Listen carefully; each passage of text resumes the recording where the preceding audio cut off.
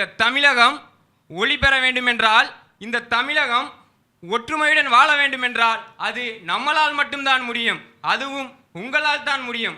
India சுதந்திரம் அடைந்த போது, சுதந்திரம் பெறுவதற்கு பாடுபட்ட போது, இந்தியாவில் மக்கள் தொகையில் 1% கூட இந்திய சுதந்திரத்திற்காக போராடவில்லை.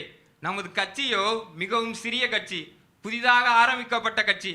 நம்மளால் வெற்றி பெற முடியுமோ என்ற எண்ணம் நமது தொண்டர்களிடம் வரவே கூடாது. ஏனெனில் நாம் 90 ஆண்டுகளாக போராடி 1% முயற்சியால் வெற்றி பெற்றோம். நாமும் இந்த தமிழகத்தில் ஆட்சி அமைப்போம். நமது ஒவ்வொரு திட்டத்தையும், நமது தேர்தல் அறிக்கையையும் நீங்கள் தான் மக்களிடம் கொண்டு சென்று சேர்க்க வேண்டும். ஒரு கதை ஒன்றை கூறிக்கொள்ள ஆசைப்படுகிறேன். ஒரு வீட்டில் ஒரு கணவனும் மனைவியும் வசித்தார்கள். அந்த வீட்டிற்கு தபாலில் ஒரு கடிதம் வந்தது. அந்த கடிதத்தை பார்க்கும்போது அதனுள் ஒரு திரைப்படத்திற்கான முன்பதிவு செய்யப்பட்ட சீட்டு ஒன்று இருந்தது. அதனுடன் ஒரு கடிதமும் இருந்தது. அதை எடுத்து பார்த்த அவர்களுக்கு, இது நீங்கள் சிறந்த தம்பதியினருக்காக உங்களுக்கு வழங்கப்பட்டது என்று எழுதியிருந்தது. அவர்களுக்கு தெரிந்த அனைவரிடமும் தொலைபேசியில் தொடர்பு கொண்டு கேட்டபோது, இது நாங்கள் கொடுக்கவில்லை என்று கூறிவிட்டார்கள். பெரிய யோசனையில் இருந்தாலும் அவர்கள் அன்று திரைப்படத்திற்கு சென்று விட்டார்கள். திரும்பி வந்து பார்த்தபோதுதான் அவர்களுக்கு தெரிந்தது, வீடு முழுவதும் துடைக்கப்பட்டு இருந்தது என்று. தமிழர்களே, இளைஞர்களே, இந்த இலவசங்கள் அனைத்தும் நம்மளை ஏமாற்றவே. வீர தமிழனாய் எறும்புக்கு ஈயும் தன்மை கொண்ட தமிழன் இன்று மதுவிற்கும் பணத்திற்கும் பின்பு சென்று கொண்டிருப்பது ஐயோ கேடு என்றுதான் மாறும் இந்த தமிழகம். நேர்மைக்காகவும் முன்னேற்றத்திற்காகவும் மாற்றத்திற்காகவும் ஏங்கிக் கொண்டிருக்கிறீர்கள் என்றால் உங்களது கையில் தான் ஆயுதம் இருக்கின்றது. நீங்கள் தான் இதை மாற்ற முடியும். மாற்றம் வர வேண்டும் என்றால், உங்களது தலைவிதி மாற வேண்டும் என்றால் அதை முடிவெடுக்க வேண்டியது நீங்கள் தான். உங்கள் வாக்கை சரியாக பதிவு செய்யுங்கள். தமிழனின் ஒற்றுமையால் நான் கொல்லப்படுவேன் என்றால் அதையும் ஏற்றுக்கொள்கிறேன். லிட்டரலி ஸ்பீக்கிங், ஒரு கிறிஸ்தவ பேக்ரவுண்ட்லேருந்து பேசுவாங்கள்ல சில கதைகள், ஒற்றுமை இந்த மாதிரி. ஆனால் நீங்கள் ஒரு புதிய மாற்றமான ஒரு கட்சின்னு சொல்லிட்டீங்க. எனக்கு ஒரு மாற்றத்தையும் சொல்ல. நீங்கள் முதல்ல பேசுனதே எனக்கு தமிழ்நாட்டில் இது கதை இல்லை, நிஜம். ஒரு புது கட்சி சின்னதாக ஆரம்பிக்கும்போது இந்த மாதிரி டிராவிடியன் பார்ட்டி மாதிரிலாம் பேசக்கூடாதுங்க, நம்மளாம் அமைதியாக பேச சொன்னாங்க. 2-3 நாள் பேசி பார்த்தாங்க அந்த கட்சிக்குள்ளே. உண்மையிலே அதில் இருந்த ஒருத்தர் சொன்னார், 3ஆம் நாளுக்கு அப்புறம் அப்படி பேசினா நல்லாவே இல்லை, தென் இந்த மாதிரி ஒரு இது பேசினா தான் லீடர்ஷிப் இதே நல்லா இருக்குது. ஸோ நீங்கள் இப்படி பேசுனீங்க, ஆனால் உள்ளடக்கம்னு எனக்கு ஒன்றுமே கிடைக்கல. வழக்கம் போல் 2 விஷயந்தான். இலவசங்களை நாம் எதிர்க்கணும். நான் சமீபத்தில் ஒரு தொலைக்காட்சி பார்த்துருக்கும்போது, தொழில் அதிபர்கள்லாம் வந்து மழை வெள்ளத்தால் பாதிக்கப்பட்டவங்களாம் அவங்க கோரிக்கை வச்சாங்க. அரசு எங்களை இது பண்ணிச்சு, எங்களை செக் பண்ணி லிஸ்ட்லாம் வாங்கிட்டு போனாங்க, ஆனால் எங்களுக்கு எதுவுமே தெரில, என்ன தருவாங்கன்னு தெரில, என்ன தருவாங்க அப்படிலாம் கேட்டுகிட்டே இருந்தாங்க. எங்களை கவனிக்கவே இல்லை, எங்களுக்கு எதுவும் தரல. அதாவது இதே தொழிலதிபர்களை ஒரு 3 வருஷத்துக்கு முன்னால் நிற்க வச்சு பேட்டி எடுத்திருந்தா, இந்த உழைக்கிறவனுக்கெல்லாம் மீன் தரக்கூடாதுங்க, தூண்டில் கொடுக்கணும் அப்படின்னு இருப்பாங்க. அவங்களுக்கு அடிபட்ட உடனே இந்த அரசு எங்களுக்கு என்னங்க செய்யும், அவர் பின்னால் லேத் மிஷன்லாம் இருக்குது. ஆனால் அவருக்கு அடிபட்ட உடனே இந்த அரசுக்கிட்ட இலவசம் தான் வந்து நிற்கிறார். அது ஒரு வகையான நம்ம ஊரில் இந்த இலவசத்தை திட்டுறது நீங்கள் எங்கேருந்து இதை பிடிச்சிக்கிட்டீங்கன்னே தெரில. நம்ம தந்தைகளும் நாமும் இன்னைக்கு வரைக்கும் அரசு பல விதங்களில் இலவசங்கள் தொழிலதிபர்களுக்கு, தொழில் முனைவோருக்கு. நான் ஒரு படம் எடுத்திருக்கேன்னா எனக்கு கூட அரசு ஒரு 7 லட்சம் ஒரு மானியம் கொடுக்குது. நம்ம எல்லா இலவசத்தை எதிர்க்கிறதா ஏன் இந்த போலி வேடம் போட்டுக்கிட்டு இருக்கிறோம்? நம்ம கொஞ்சம் வாய்ப்பு கிடைச்சா அதை வாங்க. இன்னொன்று முக்கியமே, அரசாங்கங்கிறது இலவசமாக தான் கொடுக்கணும், அரசாங்கம் வியாபாரம் பண்ணக்கூடாதுங்கிறது தான் முக்கியம். ஆனால் எனக்கு என்னென்னா, நீங்கள் என்ன விஷயம் சொல்லி என்னை அப்பீல் பண்ணீங்க. எனக்கு வந்து 2 கதைகள் சொன்னீங்க. இந்த 2 கதைகள், இந்த மாதிரி கதைகள் இப்போ சொல்கிறது வந்து ரொம்ப அவுடேட்டட் ஆயிடுச்சு. ஆக்சுவலி இந்த நெப்போலியன் கதை சொல்வது இதெல்லாமே மாறிடுச்சு.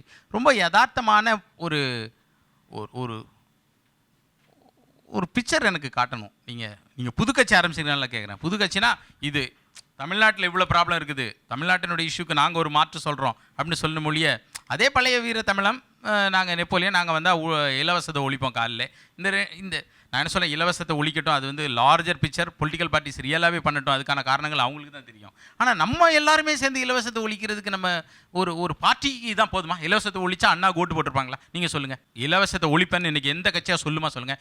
நீங்கள் இலவசத்தை திட்டுவதன் பின்னால் ஒளிந்திருக்கிற ஒரு மனசு என்ன? நான் என்ன சொல்ல, உங்கள் தந்தை இலவசம் வாங்கலையா? காமராஜர் படிப்பு உங்களுக்கு இலவசம் அல்லவா? நீங்களாம் இன்றைக்கி ஐஐடியில் காசு நீங்கள் போயிடுவீங்களா இடஒதுக்கீடு இல்லைன்னா? இப்போ வந்திருக்க தொலைக்காட்சி சார் ஐயா நான் சொல்லிக்கிறேன், ஏன்னா நான் இது எல்லாமே வந்து மேலேருந்து பார்க்குறேன். தொலைக்காட்சி இல்லாதவன் குடும்பம் ஒன்று இருக்குதுல்ல, அவன்கிட்ட போய் கேட்போம். உங்கள் வீட்டில் தொலைக்காட்சி இருக்கு, இருக்கிறவங்க வேணான்னு சொல்லுங்க. எனக்கு அது சொல்லலை. அந்த தொலைக்காட்சி கொடுக்குறது எத்தனை பேர் சொல்லியிருக்காங்கங்கிற கேள்வியும் இருக்குது. நான் எனக்கு இருக்குங்க தொலைக்காட்சி, அரசு கொடுக்குற தொலைக்காட்சி வேணாம். எனக்கு இருக்குங்க மிக்சி கிரைண்டர், அரசு கொடுக்குற மிக்சி கிரைண்டர் வேணாம். நீங்கள் புறக்கணிச்சிட்டு போங்க, அவங்க ஏன் தரப்போகிறாங்க? கிடைக்காதவனுக்கு இன்னும் தாராளமாக கிடைக்கும். ஆனால் நாம் அவங்களுக்கு ஓட்டு, அரசியல்வாதிக்கு ஓட்டு நான் ஒத்துக்கிறேன், ஆட்சியில் இருப்பவர்களுக்கு அது ஓட்டாக மாறுது.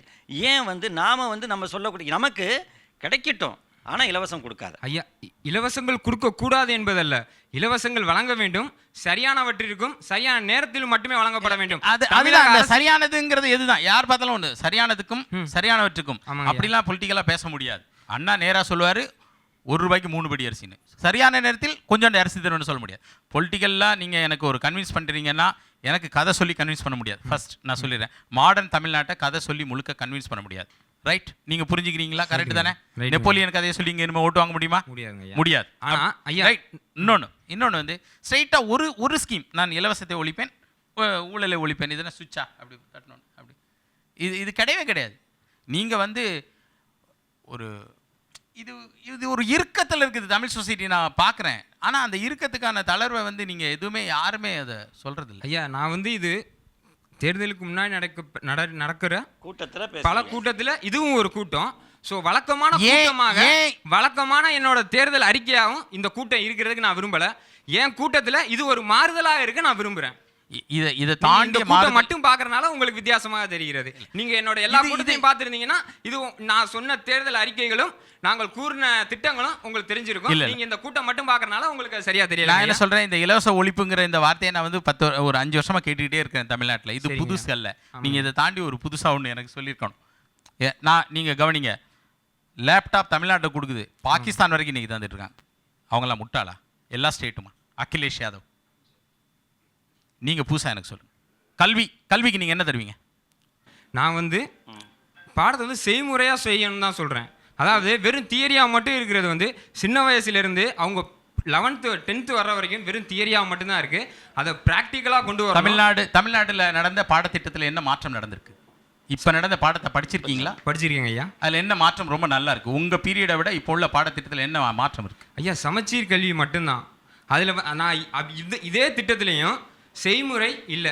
செய்முறைன்ற ஒரு இது தரப்படுதே தவிர அது சரியாக பள்ளியில் செயல்படுத்துறதில்ல, சரியான ஆய்வகங்கள் இல்லை, அது சரியான சொல்லித்தர்றதுக்கு ஆசிரியர்களுக்கு சரியான முறையான பயிற்சி இல்லை. இதெல்லாம் மேம்படுத்தணுன்றது தான் நான் சொல்கிறேங்க ஐயா. இப்போ நான் வந்து ஒரு தொழில் செய்கிறேன் அப்படின்னா அந்த தொழிலை வந்து நான் மனசில் மட்டும் வச்சுக்கிட்டா அது செய்ய முடியாதுங்க ஐயா.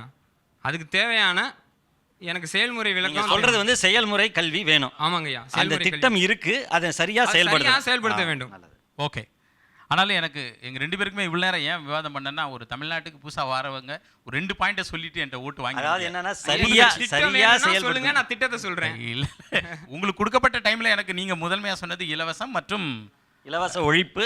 ஆமாங்க. இன்னொன்று வந்து நம்ம தமிழ்நாட்டோட பட்ஜெட்டில் நமக்கு அதிகப்படியான செலவு வந்து நம்மளோட தேவையில்லாத இந்தியாவோட பட்ஜெட்டில் அதிகமாக எதுக்கு செலவு பண்ணுறோம் சார்? மானியத்துக்கு பண்ணுறோம். இல்லை இந்தியாவோட பட்ஜெட்டில் மானியத்துக்கு தாங்க ஐயா பண்ணுறோம்.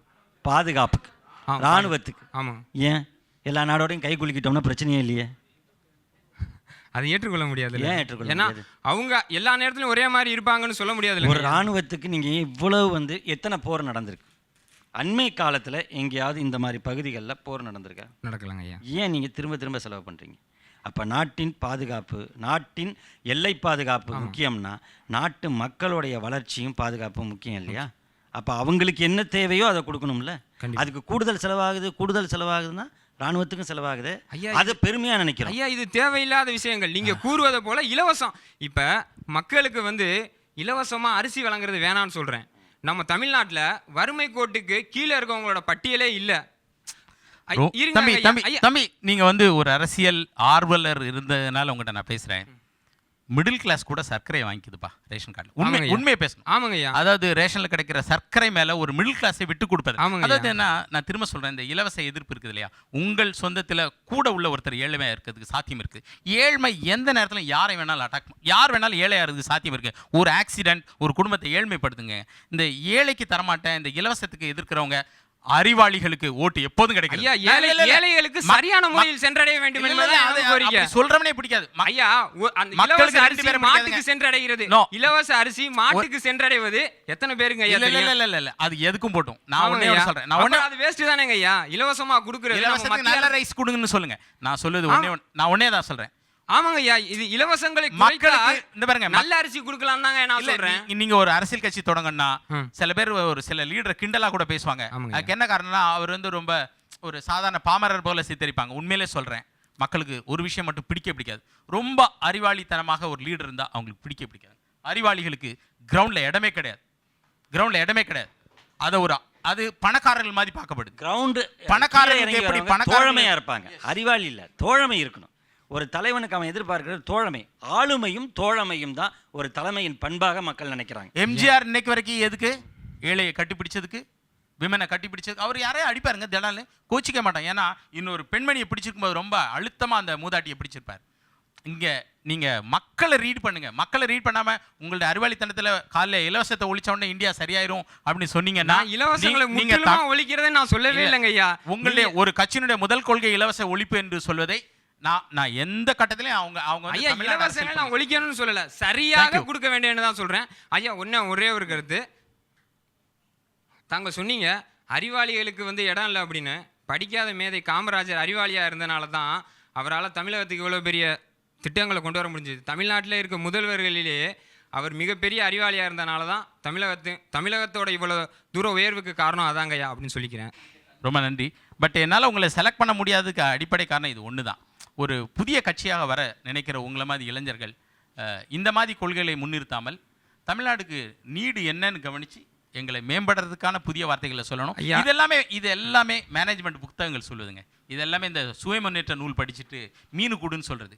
அடிபட்டு கிடக்குறோன்னு மீனை கொடுத்து பாருங்கள். யாராவது ஒருத்தருக்கு ஒரு குடும்பத்தில் வந்து உடல்நலம் சரியில்லாமல் அவங்க குடும்பம் சரியும்போது அவங்களுக்கு மீனை கொண்டு பிடிச்சி பாருங்கள். அங்கே சின்ன தூண்டில் தேவைப்படுது.